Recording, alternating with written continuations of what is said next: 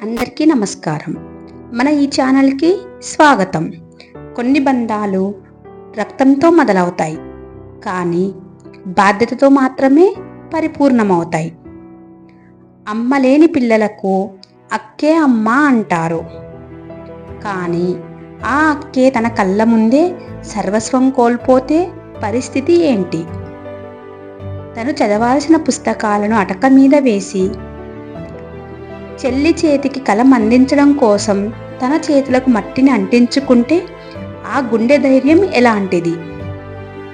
ఈరోజు మనసును కదిలించే ఒక నిజమైన ప్రయాణం గురించి తెలుసుకుందాం. ఒక అక్క చేసిన త్యాగం ఒక చెల్లిని కలెక్టర్గా ఎలా మార్చిందో ఈ వీడియోలో చూద్దాం. చివరి వరకు వినండి. ఈ కథ మీ ఆలోచనలను ఖచ్చితంగా మారుస్తుంది.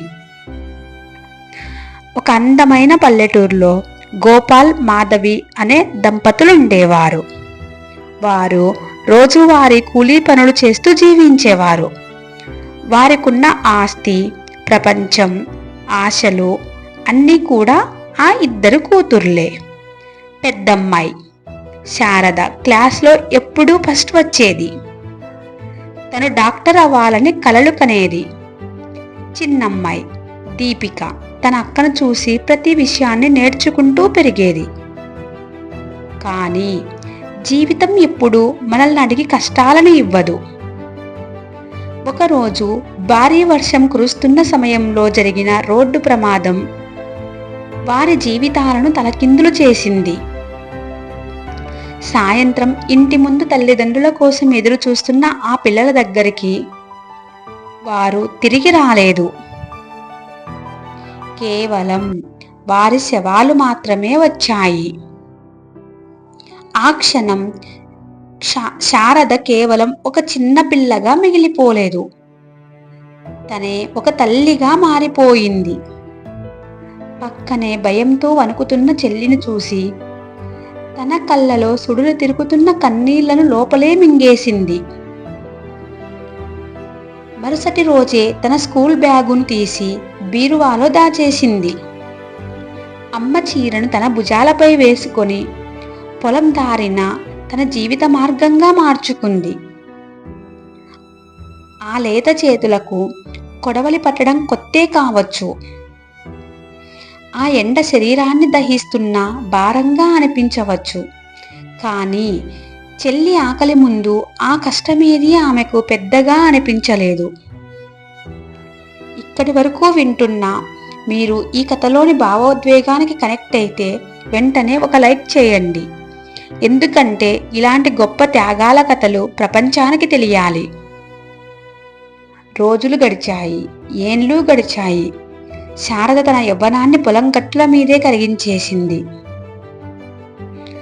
ఊర్లో వాళ్ళంతా తనను చూసి నవ్వుతూ నీ జీవితాన్ని ఎందుకు పాడు చేసుకుంటున్నావు అని హేళన చేసేవారు. కానీ శారద మాత్రం వారి మాటలకు సమాధానం ఇవ్వకుండా కేవలం చిరునవ్వు నవ్వేది.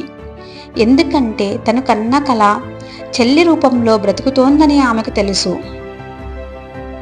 తను ఆకలితో పడుకున్న రాత్రులు ఎన్నో ఉన్నా చెల్లి కాలేజీ ఫీజు కోసం రూపాయి దాచిపెట్టేది. తన కోసం పాత బట్టలే సరిపెట్టుకొని చెల్లికి మాత్రం కొత్త బట్టలు కొని ఇచ్చేది. అది కేవలం త్యాగం మాత్రమే కాదు, అది స్వచ్ఛమైన ప్రేమ. చివరికి ఆ అద్భుతమైన రోజు రానే వచ్చింది. దేశవ్యాప్తంగా సివిల్ సర్వీసెస్ ఫలితాలు విడుదలయ్యాయి. అందులో శారద చెల్లి దీపిక రాష్ట్ర స్థాయిలోనే టాపర్గా నిలిచింది. ఆమె ఐఏఎస్ అధికారినిగా ఎంపికయింది. కలెక్టర్గా స్టేజ్ మీద నిలబడిన దీపికను చూసి ఊరంతా గర్వపడుతోంది. ఆ గుంపులో ఒక మూలన మాసిన చీర కట్టుకొని కష్టపడి పనిచేయడం వల్ల ముడతలు పడిన చేతులతో శారద నిలబడి ఉంది. దీపిక స్టేజ్ మీద నుండి కిందకు దిగి నేరుగా అక్క దగ్గరకు వెళ్ళింది. అందరూ చూస్తుండగానే తన అక్క పాదాలకు నమస్కరించింది. మైక్ పట్టుకొని గద్గర స్వరంతో ఇలా అంది, ఈరోజు నేను సాధించిన ఈ విజయానికి అసలైన కారణం నా అక్క. తను చిరిగిన బట్టలు కట్టుకోబట్టే ఈరోజు నాకు ఈ హోదా దక్కింది.